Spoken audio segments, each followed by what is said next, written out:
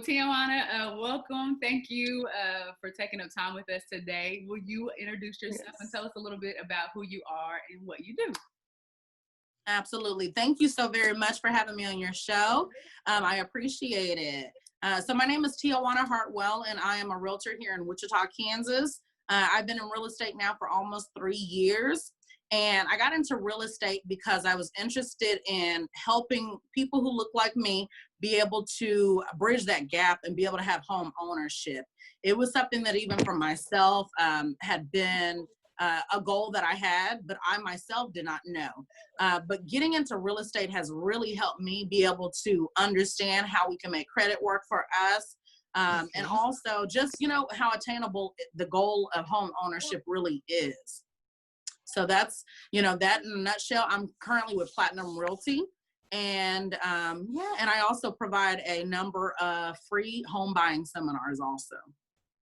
That's amazing. And I think that's really one of our main goals here today is kind of, just as you said, to be able to close that gap. And maybe if we can inform a lot of people that look like us, what that process looks like. I've personally been able to kind of venture into it a little bit and, Yeah. to fix some things on my credit and save and things like Yes. that. And so for some people that are in the renting process and are kind of maybe in fear of like, I'm just not ready for that, home Mhm. ownership. Can you kind of tell us about the process of what a home ownership, getting to that point looks like? Like, what do I need to do? I'm What glad does you the asked process that question. Yeah. So there's two things, and this is how it was explained to me. And when, when this was explained to me, my mouth dropped. If you actually calculating right now what you pay for rent, and if you were to calculate that, maybe you've been in the same place for 2 or 3 years, and you look at that number, that could have already put a dent in your own home mortgage. When you pay rent, it's not coming back to you. It's going to pay someone else's mortgage and building someone else's wealth. And so when that was explained to me, I sat down, and I'm a person who, my adult life, I've only lived in like 2 places my entire adult life. So I'm real stable. I don't move around. But when they explained that to me, I calculated my rent, and I calculated the 5 years that I had been in the last home. And that amount made my mouth drop. And when I thought about the fact that that did not give me any type of equity, I started taking the steps in order to change that for myself and make sure that I become a homeowner. And so the way in which you do that, just some quick tips to share, is start making your credit work for you. So if you think about, and sometimes it does mean taking a look at all of the things that you owe, whether that's credit cards, whether that's reoccurring bills or ACH that you have. And it's really important to make sure that even when you look at your pay schedule, the timing in which you pay things, you have to make sure that you're even communicating with these places where you have a reoccurring bill and letting them know if maybe possibly there's a different date that works for you to be able to pay. It's also making sure that when it comes to those credit card bills, when it comes to credit cards, that you're not spending everything. I used to max. I tell my story because I tell my story, and I have no shame about telling my story, you guys, because I was not making my credit work for me. As a matter of fact, I was like maxing out credit cards and turning around, and I would pay it off like during tax time. But the problem is this also. I didn't even realize, and a lot of people do not, is sometimes if you pay down a credit card to zero and you don't use that credit card for a while, it can actually deduct points from you.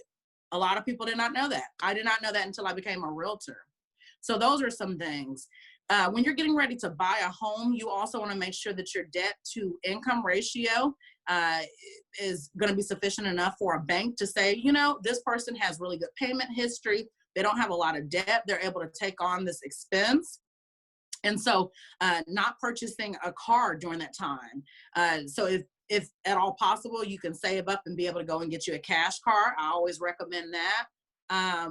Yeah. So even with myself, I'm like itching to buy a new car. And I know that right now is not the time. If you still have a car that's working, trying your best to make sure that you're scaling down or that you're not going and, getting a whole new debt. So those are just some of those tips that I would give to someone who's looking to do that. So a lot of people don't know this also, but you are able to pull your credit report without having any negative repercussions on your credit. And so you are able to do that through a free credit report. And I encourage people, there's 3 different bureaus, of course, but you try to make sure that you do not pull all 3 at the same time, because you get 1 freebie each year. So try to only pull 1. And then maybe in the next few months, you'll pull from the other. And then a few months later, maybe at the end of the year, you pull from the other. And that will let you know, who says that you owe them. And so doing that is going to be extremely helpful to anyone who's, with the mindset of becoming a homeowner, just knowing where you stand on your credit. Those are some really good tips. And so, like you said, I'm kind of in that same boat with wanting to buy a new car. Yeah. I have had the same car. Thank God for my dad. He has managed my car a lot of times. Yes. But I've had the same car for the last 10 years. And I see everybody else in new whips, new cars. I'm like, I need me a fresh little ride too. Like, it's time. And we work hard, right? So we think that Right. we deserve it. Yeah, So I deserve that. I'm a person mom. And I'm gonna tell you, what I don't deserve is new car insurance. What I don't deserve is having to give somebody my money every month just to drive a vehicle that I also have to maintain. Yes. So it's kind of it's a struggle. So I get it. I get it. I have had clients to where I tell them at the beginning of us looking at houses, and they first get their pre-approval letter. And I tell them, hey, don't go and make any big purchases. Try not to, I tell people, do not co-sign on something for your mom. Look, we love our mamas. Don't go co-sign on nothing for your mama, your dad, your siblings, your cousins, your best friend. Don't go co-sign, because if they default, it can impact you. I also tell people, don't go do big purchases such as a car, or don't, when it comes to even just any big expense where you are going to be taking out a loan, I advise them not to do it. But I've had a client who I've been working with who will pull up with the new car, and I'm like, hey, congratulations on your new car. Meanwhile, internally, I'm thinking, oh my God, please tell me that this is not a loan. And I'm like, congratulations on the new car. And he'll tell me, the guy told me, he was like, yep, decided to treat my wife. My wife works hard. She deserves this new car. I decided to buy baby a new car. And I was like, so is it a loan? If you don't mind me asking, is it a loan? And in that moment, he realized he messed up. He realized he messed up. And luckily enough, it did take him down some points from his credit, but we were able to kind of shift some things around, and he still qualified. But in that moment, he realized that he had done something that he was not supposed to do during this process. Yeah. Wow. At my mom's house, I've lived in the same place for the last 10 years. Yeah. And so I'm like, dang, that's a long time. When you think about it, you could have had a down payment. Like, I'm paying all this rent. I could have been having my own house. And I've lived there so long that I've had the thought that when I do leave here, I want to go to a house. I don't want to move to another townhouse. Same for me. Yes, I want to go to a house. And so I guess with first-time home buyers, there's a lot of grants and there's a lot of things that they can get, right, for a first-time home buyer? So there are first-time home buyer grants that you're able to qualify for. Now, I will tell you that the process sometimes does take a while before you are approved. So they are looking for people who are already improving their credit. They want to make sure that you're not defaulting, because although the PERC is getting a grant for home buying, they want to make sure that this is not a home that they're going to be giving you a grant for and you not be able to fulfill the mortgage requirements. So it's really important when they give you this money to be able to help bridge that gap to you being able to have the funds to be able to pay your deposit or your closing costs and such. They want to make sure, of course, that this is not a poor investment. They want to make sure that you are not defaulting. So I know that there's some bills that people, have that they think are not important, but they are. Everything that could possibly report to your credit is important. So those cable bills that people decide to disconnect and then they don't want to pay, go pay that darn cable bill, because it could ding your credit and be what's keeping you from becoming a homeowner. As it relates to medical bills don't have as much weight as they used to, but they want to make sure that you are making attempts at paying down whatever debts that you owe. A lot of people don't know that even when it comes to medical bills or any debt, I would include any debt with this, that you don't have to make the amount that they want you to make. If all you do is start establishing a pattern of paying $20 a month or $10 a month, that is now establishing the fact that you are paying each month. And eventually you're going to be able to pay that off. And they have to report that too. So a lot of people don't know that. But so there are first-time home buyer grants. You can decide, there's two things. Your realtor can actually help you with being able to qualify and be able to complete that application, but also whoever you establish for your mortgage lender will assist you with that as well. I will tell you, having a mortgage lender help you complete that is going to be a lot better. For one, you're already having to provide information to them anyway in order to get that pre-approval. So having a mortgage lender work with you in order to complete, the application for first-time home buyers is going to be helpful, because it's the same type of paperwork. It is time consuming sometimes, but it's completely worth it when you think about that helping you be able to achieve home ownership. So that's good. So the one question that I do have is, as a realtor and all these different terms that you have, like, okay, we have a realtor, we have a mortgage lender, as a new first-time home buyer, what would be your suggestion to people that are like, okay, I'm ready, I want to purchase a home, as a realtor? What does that relationship kind of look like between you and I, or finding somebody that can help? Can I do it on my own? Like, what would you suggest? What would be your suggestion to some people that are ready to enter that next step for them? I would not suggest for anyone who has never closed on a home before to go at it alone. I think that you need a realtor to be able to advocate for you. A realtor will be able to do comparables to be able to find out if you are paying the right amount for this home, to find out what this home is roughly valued at. A realtor really does become your best friend. So I have spoken to clients as late as maybe 2:00 in the morning. When a client messages me, now I'm also a night owl. I want to give that disclaimer too. So I'm a night owl, but there has been times that a client is on Zillow and they're looking at homes and they will say, hey, I see this home. Let me know if you can, look at this house for me. And they're really shocked when I message them back and say, absolutely, I'll have this information to you in the morning. But you really do work around the clock.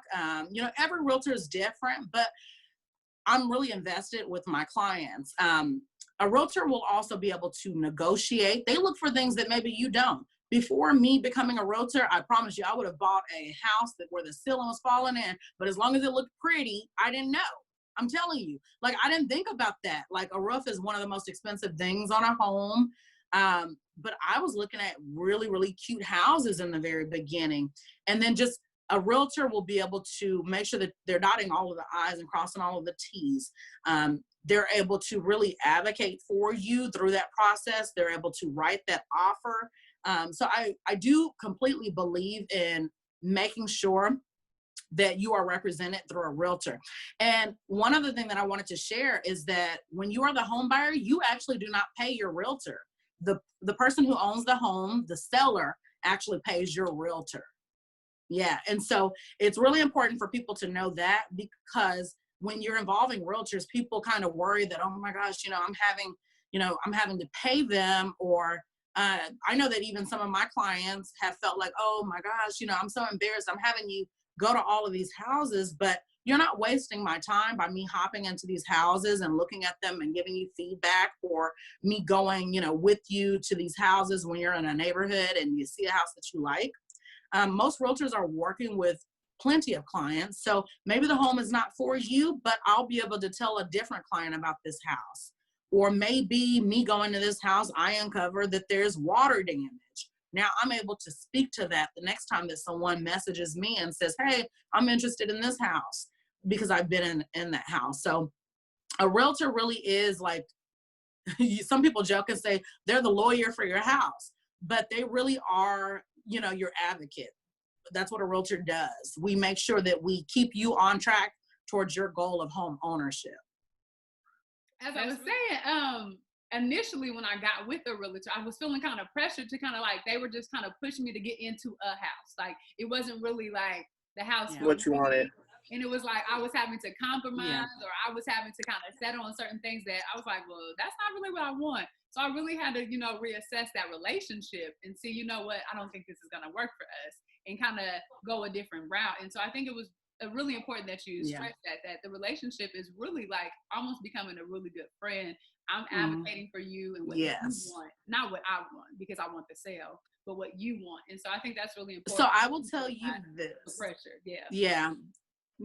I think that's a good point that you make, and I'm glad that you were not bullied into buying a home that you could not see your family growing in. A lot of people make that mistake because they want to make sure that the way people might see it is, you know, I'm not paying this realtor, I don't want to waste their time. But you're really not wasting a realtor's time. Now, I will say I have the perks to going with me as a realtor is because this is not my only job. This is not my only gig. So, you know, I'm still gonna have food on the table. My home is still gonna be paid for. And I want to be careful with how I say this, because I know that there are a lot of realtors who we just want to help people. But then there are other realtors, this is their full-time job. This is their bread and butter. So you hurrying up and getting into a house is their biggest motivator, because there is a commission check that's coming with that. But if you ever feel pressured, or if you ever feel not listened to by your realtor, you need to have that honest conversation that, hey, you know, this is the way that I'm feeling, or, hey, you know, I want to make sure that this is a home that I see my family growing in. The homes that I have seen so far are not really the homes that I am interested in, you know, in raising my kids in, or raising my family and growing my family in. You have to have that conversation. Now, one tip that I will share with you that realtors really appreciate is that when I'm taking you into houses, you know, instead of, oh, you know, I like this house. If you don't like the house, don't tell me you like the house, because guess what? I'm going to go find other houses that look like this house. But if you just straight up tell me, look, I'm looking for a house with a pool in the backyard, then guess what? I'm going to be looking for a house that has a pool in the backyard, or has the potential for you to be able to have a pool installed.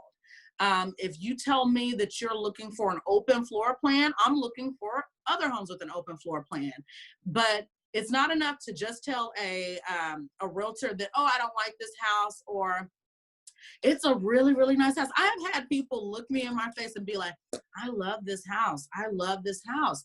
And then when I message them like later on, like, hey, what are we doing? Are we putting in an offer for this house? They might tell me, you know, I love the house, but, you know, I don't really like it. And I'm like, so why did you tell me that you love the house? What, but you don't like the house? And they're like, you know, no, I'm just saying that, you know, that you showed me a house and it was good. You know, I just don't want to offend you. Look, I did not build these houses. So you not being interested in this house is not offending me. This is not like when you come over to my home and I tell you to try this dish and you hate the dish. If you hate the house, or if you do not like the house, be open and transparent with your realtor, because we are not offended. We did not build the house. A lot of us probably do not know how to build a house. I'm one of them. I don't know how to build a house. So I'm not going to ever be offended when you say that you don't like a house. Tell me what you like about it and what you don't. For me, I always ask my clients to give it a star. You know, 1, meaning I would absolutely not want this house. 5, I want to be in this house. Let's make an offer. Don't even give me a 5 if this is not a house that you are willing to close on that day. So, you know, so that's how I do it, so that we can really be able to gauge about whether or not you like the house or not. But never feel pressured, never feel bullied. If you ever feel like that with a realtor, you're with the wrong realtor, because no realtor should ever make you feel like that. Hey, so I think the next thing, you've hit on a lot of our points already, but I guess, is there any type of class that you can take before you venture out and start this process, to help you get more of an understanding? Can you kind of elaborate on that? Yes. So I actually offer free home buying seminars. I'm getting ready to kick back up and have one in the month of August. But I would encourage you to always, there's going to be realtors who offer free home buying seminars. And a lot of us, we don't care whether or not you go with us or not. We just feel it's our way of giving back to the community by doing these free home buying seminars. If a realtor ask for any of your personal information during that, you have the right to either provide that information or to not provide that information. But sometimes realtors do utilize these workshops and they be able to generate leads or, you know, to be able to connect with people who are interested in buying a home. So, you know, if you're not ready, you know, in that moment, but you're just wanting information, share that with them too. I'm never offended. I mean, there's times that I will provide a free home buying seminar and someone will end up going with another realtor. I do not take offense to it whatsoever. I don't take it as a personal attack. 9 times out of 10, it's because they've always known someone who was a realtor already, but they weren't comfortable asking a lot of those questions. I know people who are not even comfortable with telling their realtor, and I'm glad that I'm bringing this up now. There's people who are not comfortable with a realtor knowing what your budget is, or knowing that you ran your, you know, your credit to the ground. There's some people who are not comfortable with that. So I want to dispel this. So realtors receive information from the pre-approval, which tells us your budget. That doesn't mean that because you got approved for $150,000 or $190,000 that we have to do 190. If you got approved for a lot, but you only want to be around 120,000 or 90,000, you can do that too. Communicate that to your realtor. We don't take offense to that either. It just lets us know the window in which we're able to do. But also, you know, another point that I want to bring up is if you have bad, you know, credit or bad debt, you don't have to lay it all out to your realtor. Go to a mortgage company, lay it out there with them. They're going to uncover it anyway. And your realtor never has to know. All we will know is what percent to be able to price your mortgage at. They provide that information to us. That way when we're working with numbers, because we do have to give you a cost analysis to tell you if we were to get this $190,000 house, what are your payments going to be at? And so we do work with your mortgage company on that, but we don't have to know, you know, who you owe or any of that. So if you share that information with the realtor, that is completely your business. But even a mortgage company has they have a code in which they don't have to tell us that information. So it's completely up to you what you share with the realtor. Good. But I also want to stress too is that how important it is to be transparent, to be open, to be honest, because those things that you thought maybe were like under the rug will be uncovered. Yeah. And so be prepared for that. A lot of things that may be be uncomfortable, those doctor bills, those collections, all of that things will be uncovered. And so if that's not something you're ready for, to be transparent, to be open, to be honest, to really fix and repair the things that you need to, then I would say for that particular person to kind of hold off and wait and, you know, try to figure out some things on your own maybe. But I think that's really Don't rush it. Yeah, do not rush this process, because once you're in, it's not like a renter. You being a renter, you can't call the, you know, call your office and say, hey, the sink is leaking, or these things are on you now. And so the responsibility is definitely more. And so if you're not ready for that responsibility, don't rush it. I would definitely say that. There was one more thing I wanted to just go through really quickly. So Ti'Juana, sorry. Will you walk us through the steps one last time? What does the steps look like? So if I'm coming to you, I'm ready to go through this process. What's the steps 1 through whatever it may be? What does that look like? The steps to be able to lay that out there, I always encourage you, you know, we always do steps 1 through 10. I will tell you that there's a step Z, okay? I do believe in making sure that you know where your credit stands and being able to do that even before you go to a mortgage company. When you go to a mortgage company, they're going to uncover it anyway.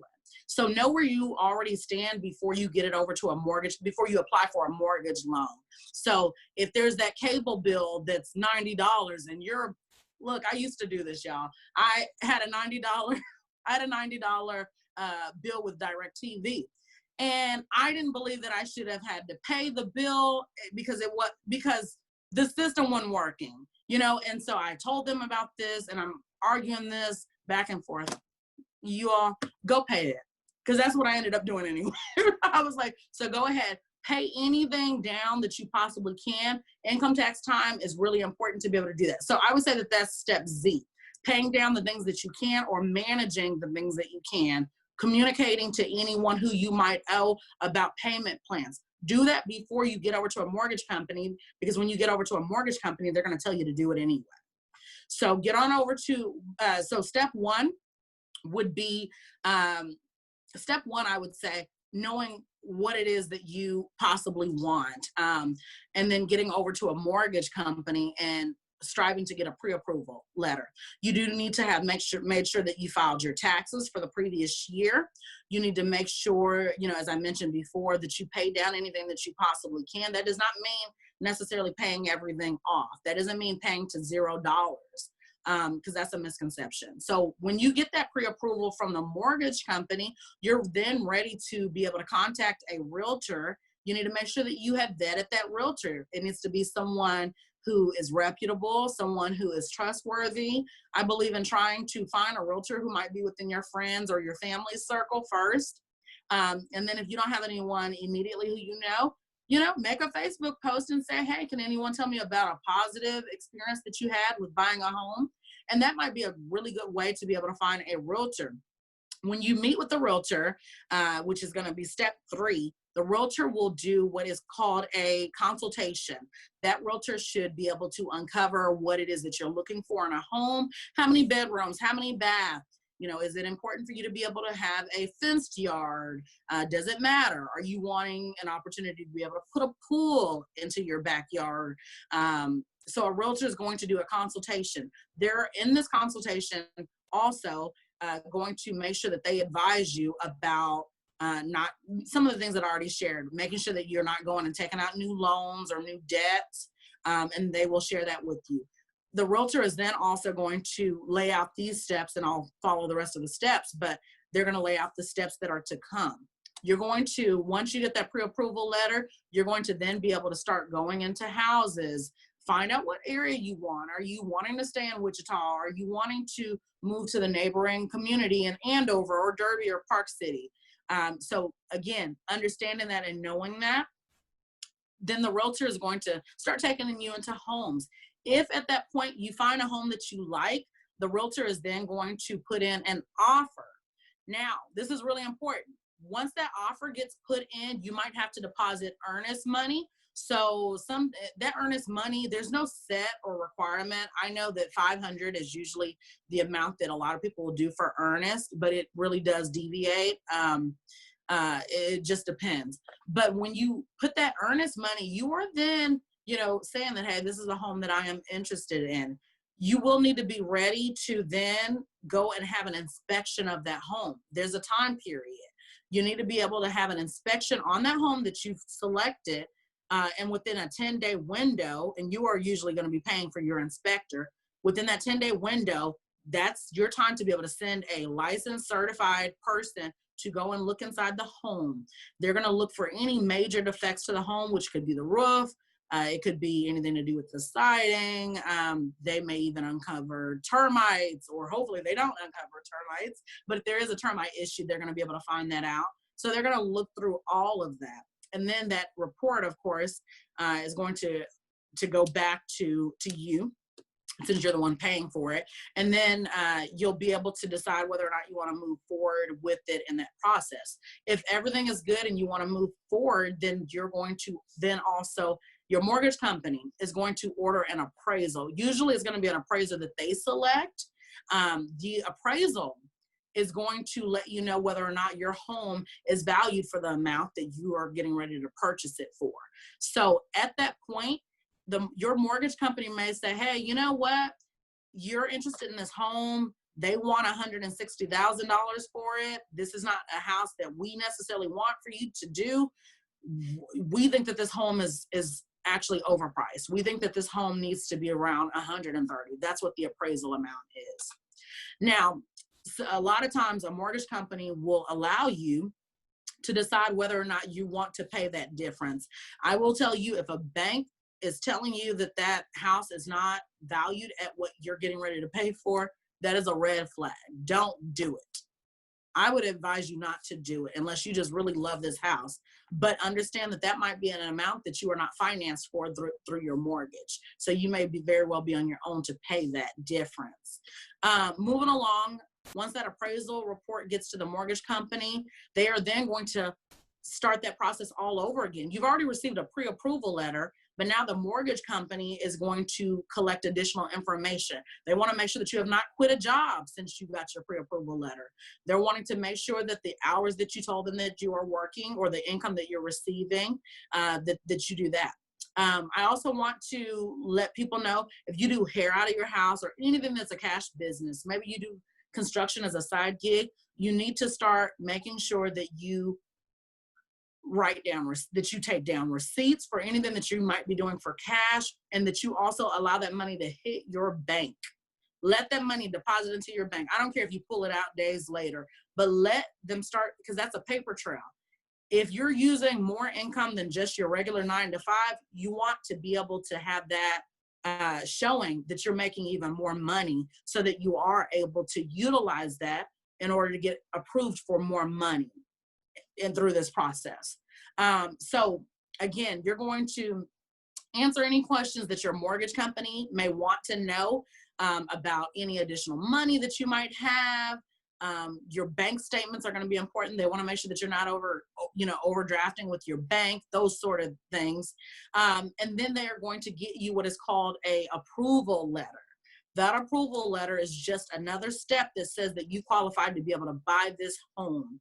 And then you need to then get ready at closing. Your realtor would have already told you the amount that you are likely to end up having to pay. So always make sure that it is an amount that you are comfortable with, and always make sure that it is an amount that you can juggle every single month once it becomes your mortgage. And I know that I'm sharing a lot, but I want to make sure it's not overwhelming. But through that process, you are then going to know what it is that you are, and then they are going to schedule what's called a closing. At closing is when you would be able to get your key.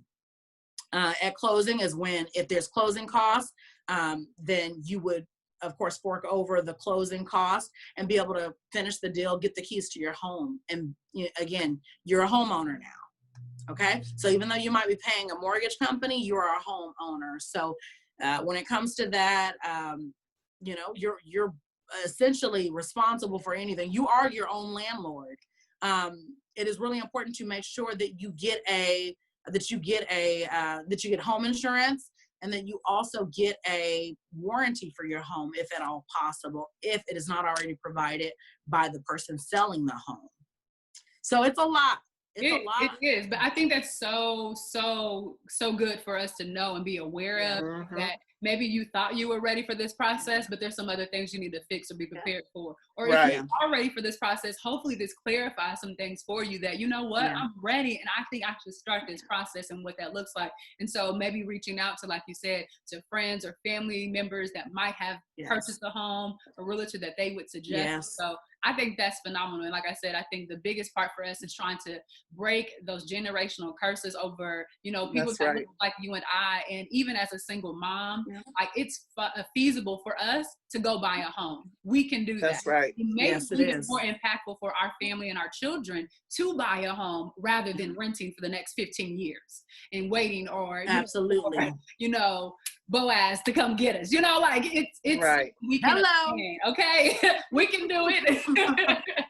So I thank you. Thank you for sharing all of these things. It's thank you. It is. It's so much better to be educated. Yes. And I want to make sure that I put my information out there for anyone who maybe at some point in this video it seemed overwhelming. I want to share with you that it's not. We really set you up for success through this process. The reason that it is important for you to get an appraisal is you don't want to pay more for a house than what you would end up, having to be able to get out of the home once you get equity in it and once you decide to resell. You know, your first home might not be your last home. So you need to make sure that you are getting a home that you know, you'd be able to turn around and sell if you wanted to. Or if you want to do a remodel project at this home, like a fix and flip, that you are able to do that also. So it's so very important to make sure that you think long term. You know, when people, I went and showed homes to people who have no kids, and maybe they're only looking at a 2-bedroom. And I'm like, hey, you know, and I don't mean to pry, but is this something that maybe you're thinking about growing a family? We're undecided. Well, wait a minute now. You're undecided. Do you want to maybe possibly make this a 3-bedroom home in the event that you do have, you know, that you do start building your family, growing your family? Maybe you want to use one of the bedrooms as an office. I just want you to really think about what you want to get out of a home when we're looking at homes. So knowing what your plan is, you know, for growing your family. So yeah, so that's really, really important. So I want to put my info out there. I can be emailed at tiaforrealestate@gmail.com. And then my information, my contact number is already out there. So I feel comfortable sharing that. If you have questions or if you're looking for a realtor in the Kansas area, my phone number is 316-806-8222. I also offer what is called no obligation consultation. So if you're wanting me to take this a little more in depth and explain this process, I am able to do that. You don't even have to go with me as your realtor. You don't even have to, within that year, make a home purchase. Just because you call and get information or we meet to share information does not obligate you to buy a house. So that's really important to share also. Yes, connect with her, and I will make sure to put your information towards the end of our video so that they can Sounds good. Thank you. knock that down and definitely connect with you, because like you said, information, the education, it's powerful. So thank you so much. Yeah. And I at least just want to, you know, sum it up by saying that, you know, home ownership should definitely be the goal. You know, let's stop making our landlords rich and make sure that we do everything in our power. Yeah, do everything in our power to make sure that we own something.